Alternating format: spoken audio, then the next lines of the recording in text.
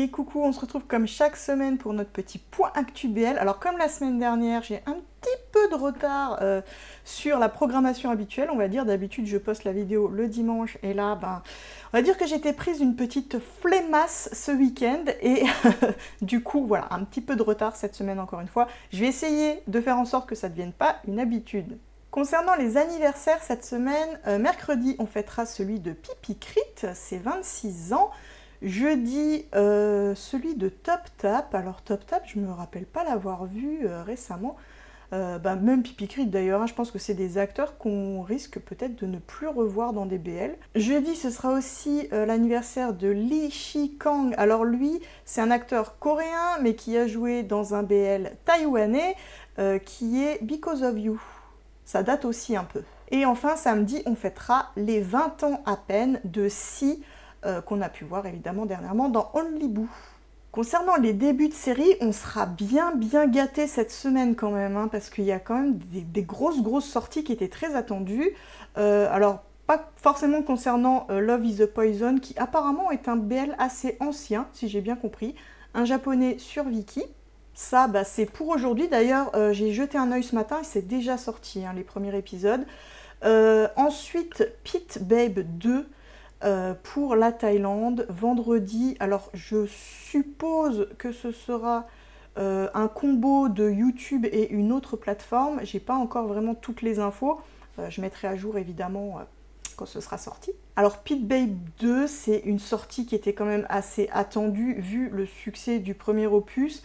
Maintenant, moi personnellement, pour avoir vu le trailer, alors la toute première version, hein, j'ai pas vu de trailer récent, mais la première fois qu'ils ont sorti le trailer de la saison 2, j'avoue que j'ai pas été très convaincue. Ça annonce, pour ma part, en tout cas de ce que j'avais vu à l'époque, une histoire un peu bancale, avec des personnages qui reviennent d'on ne sait où, enfin bref. Donc, à prendre avec des pincettes, parce que voilà, faut pas toujours se fier aux premiers trailers qui sortent, mais voilà, pas spécialement super hypé par la proposition, quoi.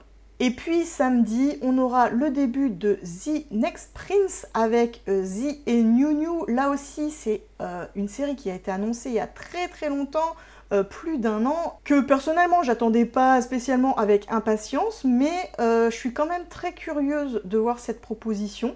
Donc, pour ma part, à voir dans quelques semaines quand ce sera fini, mais peut-être pour vous au fur et à mesure des sorties des épisodes, à partir donc de samedi. Concernant les fins de série sur Gaga Olala cette semaine, on aura la fin de Lost in the Woods, donc quelque chose que je ne regarderai pas tout de suite pour ma part puisque je n'ai pas d'abonnement. Par contre, vu le peu de sorties disponibles actuellement en ce qui concerne les sorties gratuites, j'entends, hein, pour ma part, j'ai décidé de reprendre un abonnement. Ce sera sur Itch.ly parce que j'ai pas mal de titres à regarder dessus.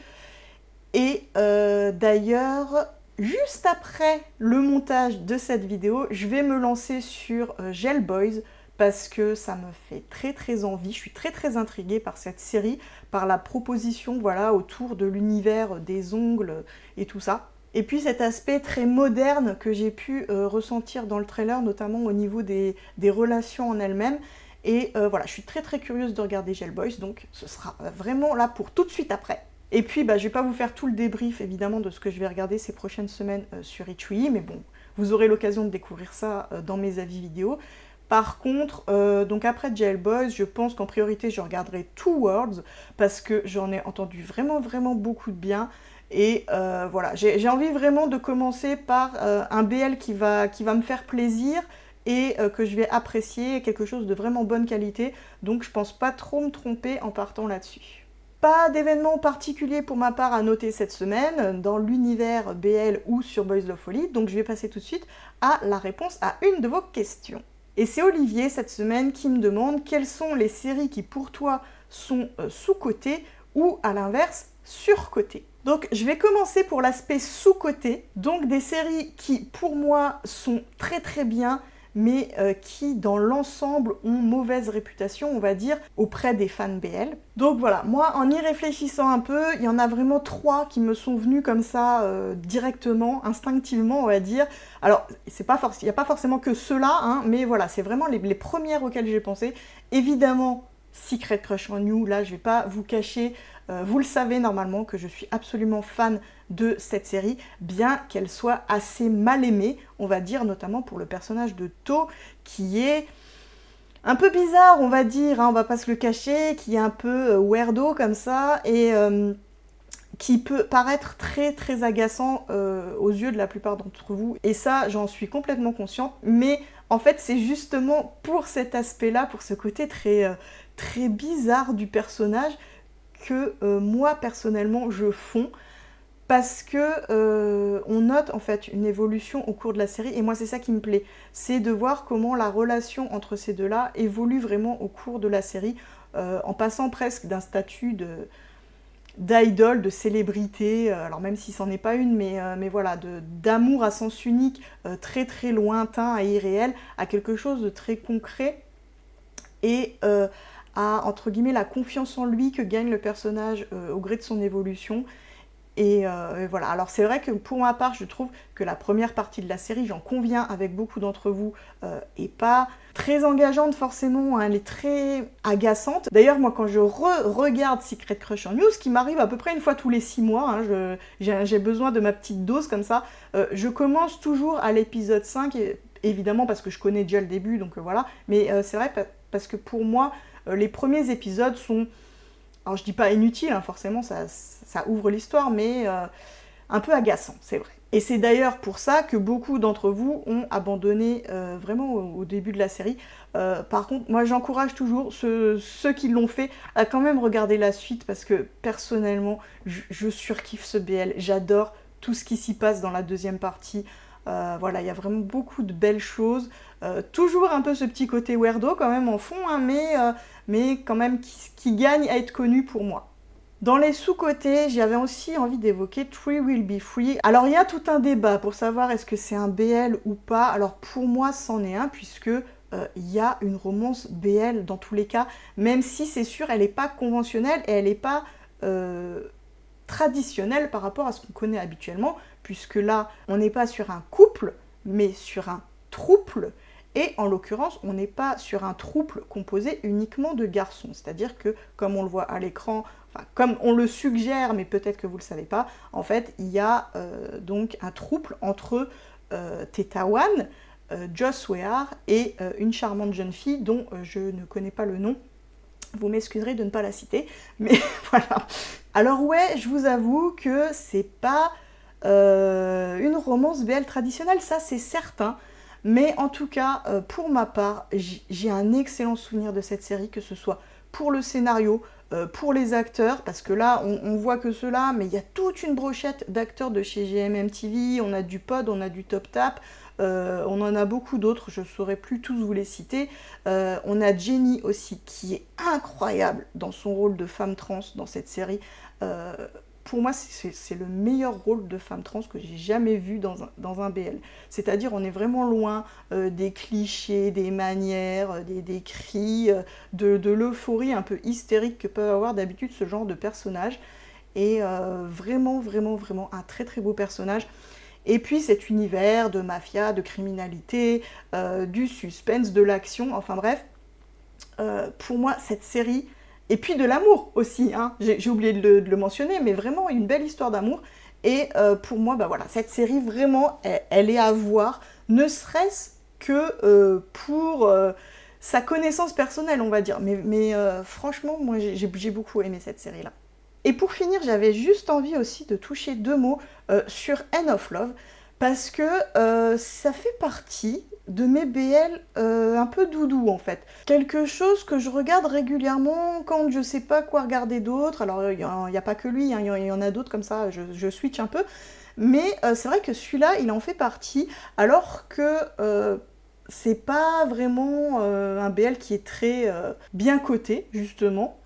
Et moi, j'ai une tendresse particulière pour la première partie, en fait, End of Love Tosara. Je sais qu'il y a beaucoup d'entre vous qui ont incroyablement kiffé Yin Noir dans la deuxième partie, Love Mechanic, qui a été plus tard adapté dans un BL plus long. Mais moi, j'ai vraiment, vraiment une grosse tendresse pour End of Love Tosara. N'allez pas me demander pourquoi, je ne peux pas l'expliquer, mais c'est comme ça. J'aime ce côté tsundere un peu du personnage. du beau gosse du campus, voilà, qui tombe sur un espèce de rebelle mal poli et tout. Et je sais que cette histoire, elle a pas été forcément très appréciée, justement parce que ce statut de beau gosse du campus, par rapport à l'acteur qui l'incarne, il y a un peu, pour beaucoup entre nous en tout cas, bah évidemment parce que l'objectivité sur le physique, voilà, c'est compliqué à expliquer, mais c'est vrai que beaucoup de personnes trouvent l'acteur en dessous physiquement par rapport à ce qu'il est censé représenter. Pour autant, voilà, moi je trouve cette histoire très mignonne, très cute, et je prends plaisir très souvent à la re-regarder, et quand je regarde End of Love, je regarde vraiment que cette première partie. Je vais passer vite fait sur les BL que je trouve surcotés, donc les BL que moi je n'apprécie pas, mais qui ont très bonne réputation. S'il vous plaît, ne me lâchez pas. Vraiment, c'est mon avis personnel et c'est comme ça et j'y peux rien. Ça ne remet pas en cause si vous aimez cette série sur le fait que ce soit de bonnes séries ou quoi. C'est juste que moi, voilà, c'est pas ma cam. I Told Sunset About You, je crois que c'est un des premiers BL, entre guillemets, appréciés de tous, que moi, personnellement, j'ai pas aimé. Alors, la première partie, ça passait. C'était pas mon kiff ultime, mais voilà, j'ai regardé, je trouvais ça un peu longué quand même, un peu trop drama mélancolique, mais normalement, si vous connaissez un peu mes goûts, vous savez que c'est vraiment pas le style de BL que j'aime, voilà, ce côté très mélodrama, j'aime les choses vraiment peut-être un peu plus légères, enfin sur le papier en tout cas, hein, parce que voilà, il y a toujours des exceptions, mais voilà, donc j'étais pas emballée déjà. Par contre, la deuxième partie, j'ai trouvé ça d'un ennui mortel, et là encore, je crois que c'est la première fois que je me suis ennuyée dans ma vie sur un BL. J'ai vraiment regardé parce que à l'époque je regardais tout et j'aurais pas eu l'idée en fait de pas aller au bout, mais j'ai vraiment eu du mal à le finir. Et voilà, encore une fois, trop de drama, trop d'attente. Et voilà, alors peut-être qu'il faudrait que je le regarde à nouveau pour avec un œil plus expérimenté, on va dire, parce que là encore, ça fait vraiment partie des, je vais pas dire de mes tout premiers BL, mais on va dire en tout cas des premiers 6 mois entre guillemets de visionnage. Et peut-être que je l'apprécierais mieux maintenant, avec voilà, plus de références en tête et tout. Mais honnêtement, j'ai pas envie. Et puis, dans les BL un peu plus récents, alors j'avais envie de parler de celui-là parce que je me rappelle que dans ma vidéo avis, je me suis un peu fait houspiller hein, dans les commentaires, je vous l'avoue. Et j'ai senti un peu, alors je dirais pas une haine, mais j'ai senti que vous étiez clairement pas d'accord avec ce que je disais. Et mais voilà, encore une fois, hein, ça s'explique pas, les goûts personnels, c'est comme ça. Ouais, Century of Love, j'ai eu du mal. Vraiment. En fait, le problème, parce que le BL en lui-même, je veux dire, j'en ai vu des pires, hein, j'étais pas non plus, justement, comme pour I Told Sunset About You, par exemple, où j'étais vraiment au bout de ma vie, je lançais les épisodes presque par dépit, en espérant que ça se termine vite. Là, c'était pas quand même le cas sur Century of Love, j'ai quand même regardé en appréciant plus ou moins, mais c'est vrai que j'ai trouvé, en tout cas pour ma part, qu'il y avait un réel gros gap entre la manière dont j'avais entendu la série encensée par tout le monde en disant que c'était génial, c'était magique, c'était magnifique, et mon ressenti personnel qui était un peu en mode ouais bof.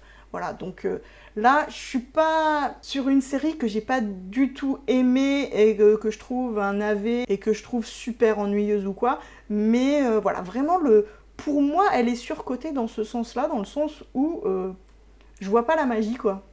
Mais encore une fois, c'est juste mon avis à moi, ne le prenez pas mal si c'est votre série préférée. Je vous laisse sur ces quelques mots. Je vous invite, vous aussi, à me poser vos questions. Si vous en avez, j'y réponds toujours avec plaisir. Alors, pas forcément tout de suite, hein, voilà. Il y a peut-être parfois un petit laps de temps entre le moment où vous posez la question et le moment où j'y réponds. Mais en tout cas, voilà, ça me fait toujours plaisir de répondre à vos questions, de voir un peu les interrogations que vous pouvez avoir. Et donc, n'hésitez pas, que ce soit en commentaire, que ce soit par mail, que ce soit sur Discord, posez-moi vos questions et j'y réponds ici avec plaisir. Je vous souhaite une très belle semaine, plein de beaux BL à regarder et je vous dis à très vite. Ciao, ciao!